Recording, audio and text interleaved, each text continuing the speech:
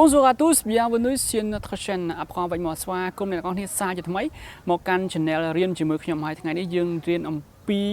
មេរៀនថ្មីដែលតាក់ទងទៅនឹងពាក្យចាប់ចុងជួនហើយសង្ឃឹមថាពាក្យចាប់ចុងជួននេះធ្វើឲ្យអ្នកទាំងអស់គ្នាកាន់តែ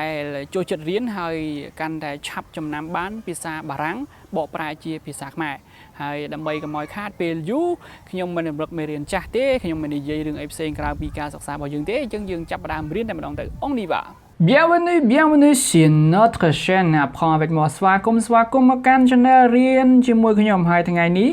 យើងនឹងសិក្សាមេរៀនពាក្យចាប់ចុងជួនបារាំងខ្មែរទៀតហើយសង្ឃឹមថាវាជាគម្រប់100ពាក្យសម្រាប់អ្នកទាំងអស់គ្នាហើយបើសិនជាវាមិនទាន់គ្រប់ទេយើងនឹងរៀនជាមួយគ្នាតទៅមុខទៀតណា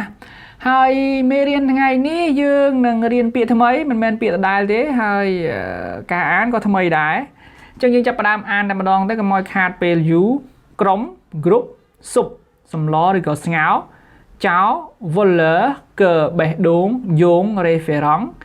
répéter ច្រាំដែល appel ហៅល្ងងខ្លៅ ignorant volcan ភ្នំភ្លើងស្ដើង manx ប្រាំងកូនស្ដាច់សាច់វីយ៉ង់សាក់ប៉ង់ពោះ vivre រស់នៅ vivre អញ្ចឹងនេះគឺជាពាក្យចាប់ចុងជួនថ្មីហើយជឿជាក់ថាអ្នកទាំងអស់គ្នានឹងចូលចិត្តរៀនសប្បាយរៀនជាមួយវាហើយមិនដូចជាយឺតបន្តិចណាដូចទម្លាប់ដូចរាល់ដងពេលដែលយើងអានយឺតហើយយើងត្រូវតែ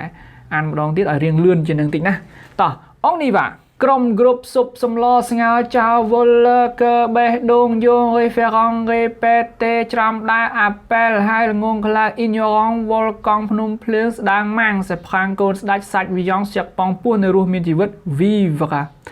អញ្ចឹងពាក្យចាប់ចុងជួនបារាំងខ្មែរយើងបានមកដល់ទីបញ្ចប់ហើយនេះគឺជាពាក្យគម្រប់100ពាក្យសម្រាប់អ្នកទាំងអស់គ្នាសម្រាប់អ្នកសិក្សាភាសាបារាំងទាំងអស់ហើយសង្ឃឹមថាមេរៀនដែលខ្ញុំដាក់ចូលទៅអ្នកទាំងអស់គ្នាបានទន្ទិញឬក៏បានមើលមិនម្ដងមិនចេះមើលពីរដងមិនចេះមើលតតែចេះហើយបើមានសំណួរឬក៏ចម្ងល់អីសូមចូលទៅកាន់ Facebook page Apprendre avec moi Merci pour d'être avec nous